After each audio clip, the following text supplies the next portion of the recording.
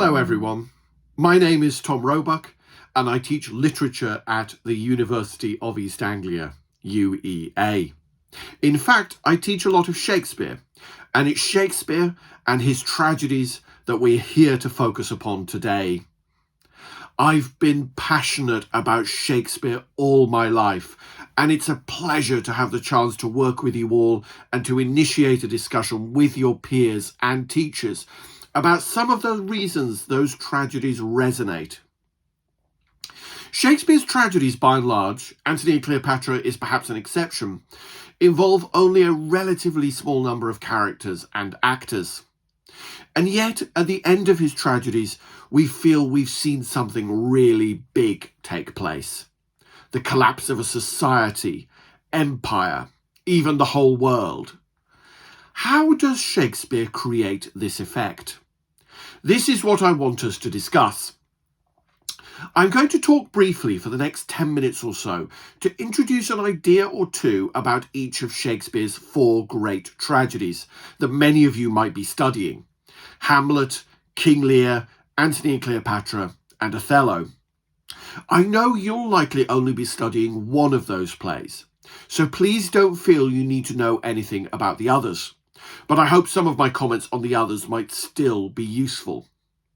The interactive session that follows this video, then, will be very much a chance for you to offer your reflections on the particular play you've studied. As a framework to help get us thinking, I want briefly to introduce us to the ideas of a classic work of literary criticism, one of the books I always still recommend to anyone thinking about beginning a journey through literature: Erich Auerbach's Mimesis. Auerbach, a Jewish author who wrote in the 1940s in exile from the Nazis in Istanbul, surveyed what made the European literary tradition valuable to him. At its core is a startling idea that links together literature and social class in a profound way. In ancient literature, the writings of the Greeks and then the Romans, Auerbach argued, there was a hierarchy of styles. Tragedy was at the top, the highest and best style, comedy below. Together with this hierarchy of styles is a hierarchy of characters.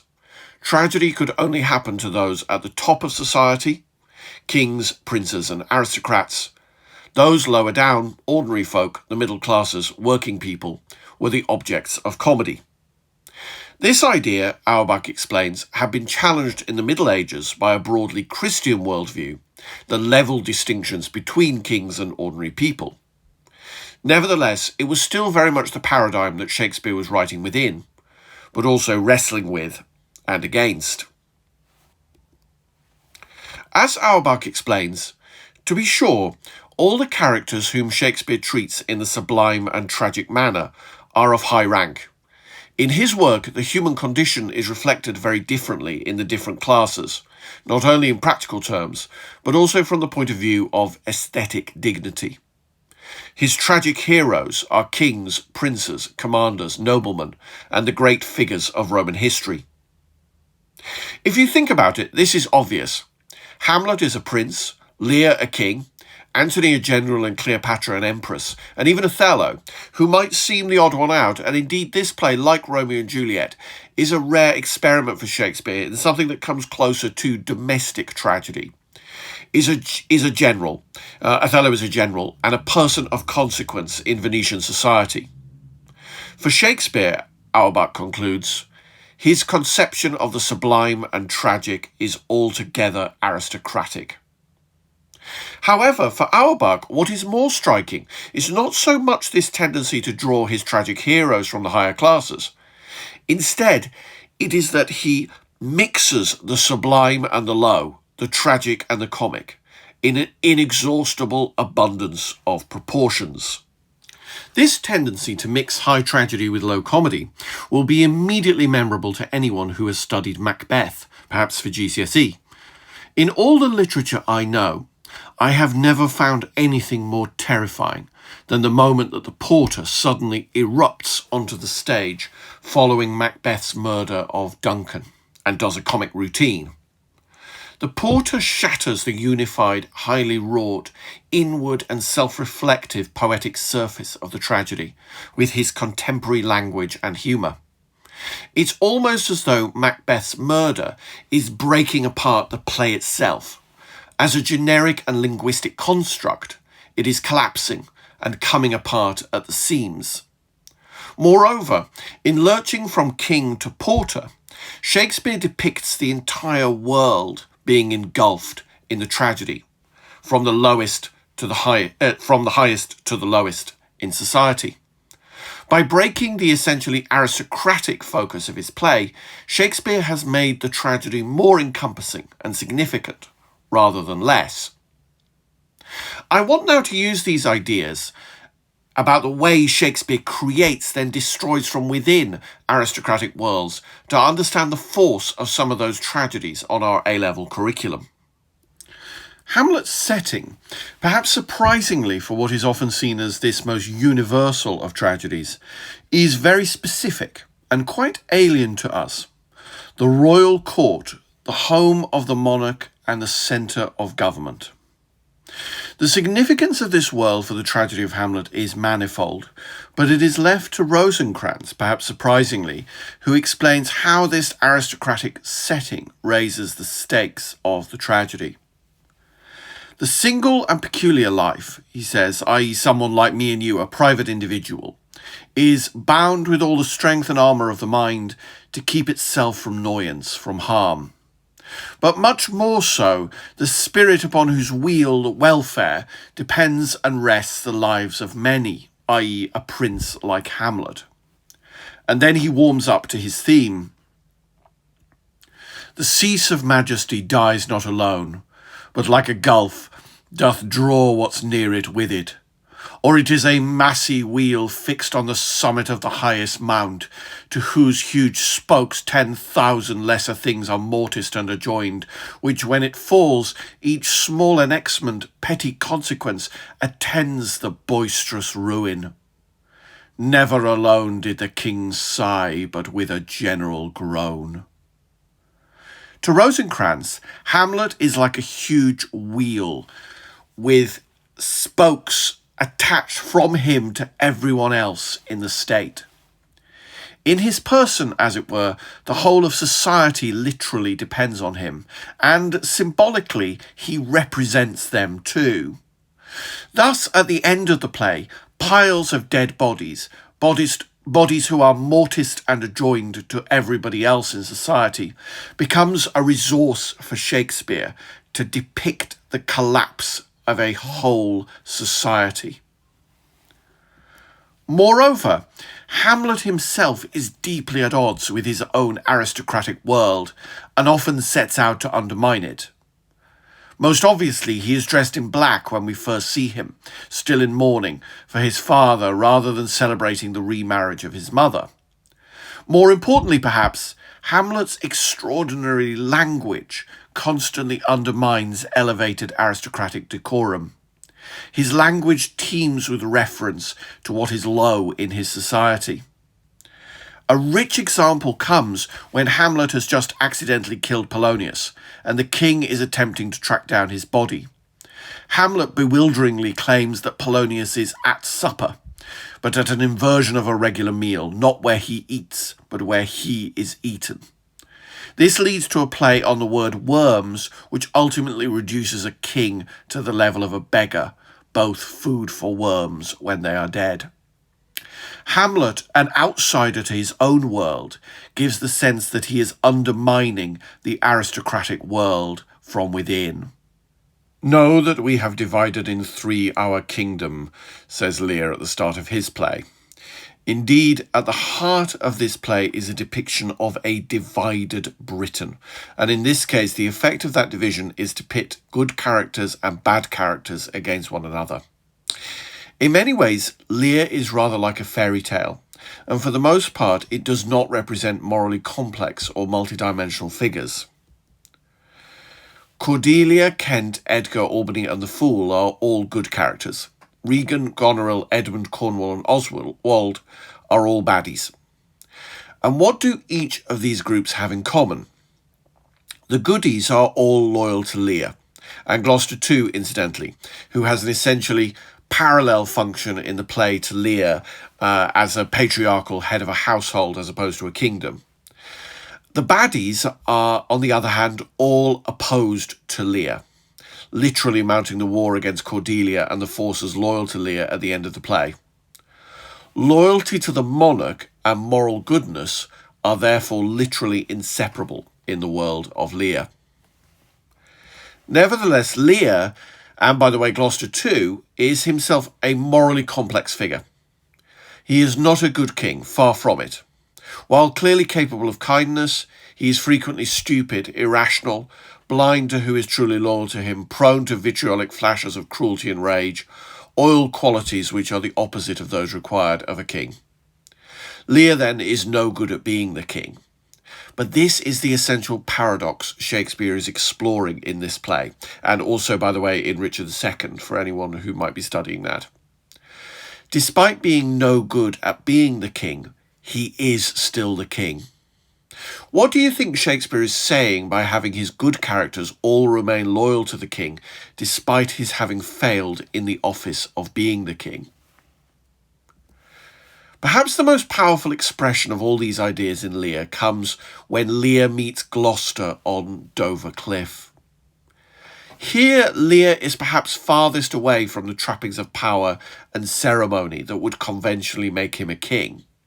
His language, confused in its reference, sweeps breathtakingly between futile attempts at royal command, when the thunder would not peace at my bidding, to the crude abruptness of "they flattered me like a dog." And yet Gloucester still recognises him. "Is not the king?" "Aye, every inch a king," replies Lear. Ironic because of the deranged language and lack of appropriate royal ceremony, the low situation in which he finds himself, but also not ironic, also true, because Lear is still the king. His distance from conventional kingly authority, his lowness at this moment, is what affirms his innate nobility as monarch, and also the moral courage required of those to remain loyal to him. Lear's chaotic and demotic speech in this play, therefore, serves to affirm the authority of monarchy and heightens the stakes in the good versus evil denouement of the play. If societies and kingdoms were at stake in Hamlet and Lear, Antony and Cleopatra concerns the fall of empires, or at least the loss of control of empires by both Cleopatra and Antony. The dizzying array of relatively short scenes gives a sense of rapid movement across the corners of the world. The play sweeps across the competing factions that seek to control it. But ultimately, the play is most concerned with a binary opposition, that between Rome and Egypt. Egypt is seen in Proto-Orientalist terms throughout the play. Words you might associate with Egypt include variety, changeability, passion, pleasure, idleness, theatricality, and water, the sea on which Cleopatra prefers to fight. The Romans, on the other hand, are the exact opposite, or like to think they are. Solid, unchanging, self-identical, relentless in their pursuit of self-sacrifice, honour and duty, grounded literally on the land where they prefer to fight. These are the qualities that define the play's heroine and its hero, or rather these were the qualities that defined him. Caesar gives the play's most compelling portrait of Antony that was, hoping that he will leave his lascivious wassails, his indulgent drinking and feasting. When famine followed battles of the past, Antony drank horses' urine and browsed, ate the bark of trees. Moreover, he did so cheerfully and lanked not, he didn't even grow thin. Antony, in other words, was the embodiment of all the stoic qualities associated with Romanness and the Roman Empire, and his tragedy is his inability to recapture his Roman identity. Despite his claim that "I am Antony yet," following his resolution to fight by land in the more properly Roman way, once he believes that Cleopatra is dead, he is left proclaiming, in an echo and inversion of that earlier line, that "Here I am Antony, yet cannot hold this visible shape, my knave." Even his suicide, the properly Roman death, is botched and pathetic. Meanwhile, in a completion of the paradox, Cleopatra herself begins to take on the qualities of the Romans, committing herself to her monument, its fixity the opposite of Egyptian changeability. At the end of the play, then, the competing ideologies of two opposing empires, Rome and Egypt, are brought into contradiction with one another, each leading to the downfall of the other's chief exponent. In a sense, Othello is the odd one out of the tragedies we've discussed, as its scope is focused on the domestic rather than kingdoms and empires. Nevertheless, I think it's clear that Othello's approach to imbuing the narrative with significance has much in common with the plays we've been exploring. For one thing, the play is at pains to point to Othello's greatness within the essentially public world that all our other tragedies inhabit. And especially in Othello's case, Antony's world, that of military action. In his very first appearance in the play, Othello is quick to note to Iago that "I fetch my life and being from men of royal siege." In other words, he's descended from men of royal lineage. And his wooing of Desdemona essentially amounted to telling her tales of his daring adventures. When entrapped by Iago in jealousy, Othello offers a formal valediction to his former life, which is entirely a farewell to the heroic world of military valour. "Oh, now for ever farewell the tranquil mind, farewell content, farewell the plumed troops and the big wars that make ambition virtue. Oh, farewell, farewell the neighing steed and the shrill trump, the spirit-stirring drum, the ear-piercing fife, the royal banner and all quality, pride, pomp and circumstance of glorious war. And oh, you mortal engines whose rude throats the immortal Jove's dread clamours counterfeit. Farewell, Othello's occupation's gone." As such, is Othello simply another Antony then, brought to tragic abandonment of his former military ideals by love? No. In fact, Othello is quite different to Antony. In principle, in Othello, there is an accommodation to be made between military valour on the one hand and married love on the other. This is what is symbolically proffered and represented through Othello bringing Desdemona to Cyprus. The contradiction at the heart of this play is different to Antony and Cleopatra. It is that in the domestic sphere, Othello is presented with a hermeneutic complexity. That means he's presented with a complex matter of interpretation, for which the military sphere has poorly prepared him. Essentially, the military world to which Othello bids farewell is great and grand, but the preoccupation of the domestic is with things that seem tiny, but take on huge and catastrophic significance. In this case, this play's most brilliant idea, the idea that brings the whole play together, is the handkerchief, the greatest stage prop I know of in all of theatre. It is simultaneously, quite literally, the tiniest, airiest nothing, but at the same time, huge in significance, the object of struggle and furious argument by all the characters. "Trifles light as air are to the jealous confirmation strong as proofs of holy writ," says Iago. To Othello, this handkerchief has only a single meaning. It is a love gift that he gave to Desdemona, and therefore he cannot imagine a reason for Desdemona not to have it except that she has given it as a love gift. The idea that it could be reinscribed, reinterpreted, even maliciously, just doesn't seem to occur to Othello. The eloquent river of Othello's language in Act 1 is, by Act 3, Scene 4, reduced to repetition of the handkerchief, preparing us for the full collapse of Othello's language in 4-1. For Othello, And unlike for Lear, this loss of eloquence is a loss of dignity, which he has to recapture in the play's final scene. Lear lets us glimpse his tragic dignity precisely through the loss of his connection to the great affairs of state, in that almost comic but intensely tragic scene that we saw on Dover Cliff. But for Othello, his tragic dignity is lost by failing to appreciate the complexity of small things that may seem, on the face of it, less significant than great public affairs.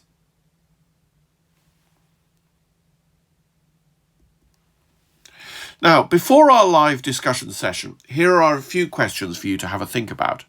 Don't worry if you don't have too much time to prepare much in detail. How does Shakespeare use his heroes and heroines' aristocratic, public, or political status to imbue his tragedies with a sense of scope or significance? What do you think are some of the effects of Shakespeare's mingling of high tragic characters with low language or subject matter, domestic or comic subjects, for example? What other techniques do you find Shakespeare uses to give his tragedy significance? How does all this play out in the final scene of any of Shakespeare's tragedies you're studying? Those final scenes, I think, are very important in tragedy. I'd like us to have the chance to share some ideas on those. I hope this video has helped stimulate your thinking about these astonishing plays once again. I'm hugely looking forward to having the chance to work with you in our live session. Until then, thank you for listening and goodbye.